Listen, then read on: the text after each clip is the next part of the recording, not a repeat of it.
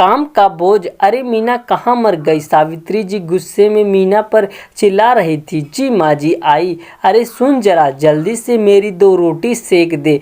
चंदो का पैर फिसल गया और उसके पैर में मोच आ गई है। पता नहीं है आजकल की लड़कियां भी कैसे पैर टेकती हैं। बहू बोली, क्या हो गया माँ जी? अरे तू बात ना बना, तू रोटी सेक मेरी। मुझे कुछ दिन तेरी चंदो के यहाँ जाना होगा। बेचारी छोरे की कुछ आराम जी जो जाएगा, और एक तो वह उसकी मोटी फूहड़ सास भी तो गांव से आकर उसके सिर पर बैठ गई है। यह कहते कहते सासू माँ अपने कपड़े की गठरी बांध रही थी। मीना को जब बच्चा हुआ तब से वह कमर दर्द से जूझ रही थी, परंतु उसकी सास उसका दर्द समझना तो दूर, उसे ड्रामेबाज की उपाधि देकर रोज उलाहना दिया करती थी। काम से डरती लुगाइयाँ के आजकल कमर में दर्द हो जाता है। यह हमारे ज़माने की लुगाइयाँ थी जो घंटे भर में पूरे गांव की रोटी सेक दिया करती थी, और इन बूढ़े हाड़ों में बहुत जान है। इस बात का ताना मीना को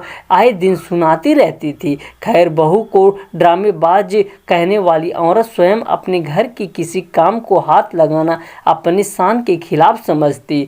सज धज कर मोहल्ले में फेरी लगाना, रिश्तेदारों के घर होने वाली शादियों में कुछ दिन पहले जाकर लेन देन के सामान में ताका झांकी करने में उन्हें बहुत मजा आता था। कभी रसोई में पांव भी ना रखने वाली सासू माँ के लिए मीना सोच रही थी, चलो यह भी ठीक है, कुछ दिन सासू माँ के ताने से निजात मिल जाएगा और साथ ही साथ और मेरे सिर से काम का बोझ भी हल्का हो जाएगा। और इधर एक रोटी माँ गठरी में सामान रखकर दूसरे गांव की बस में बैठकर अपनी जरूरतमंद बेटी की सेवा करने चल दी थी। सास से कुछ दिन अपना पीछा छूट जाने के कारण मीना के मन में खुशी के लड्डू फूट रहे थे। मीना ने सासू माँ से कहा, माँ जी, जब तक चंदू दीदी पूरी तरह स्वस्थ ना हो जाएं, तब तक आप वहीं रहकर उनकी सेवा करना। सावित्री जी को घर से विदा कर मीना ने चैन की सांस ली।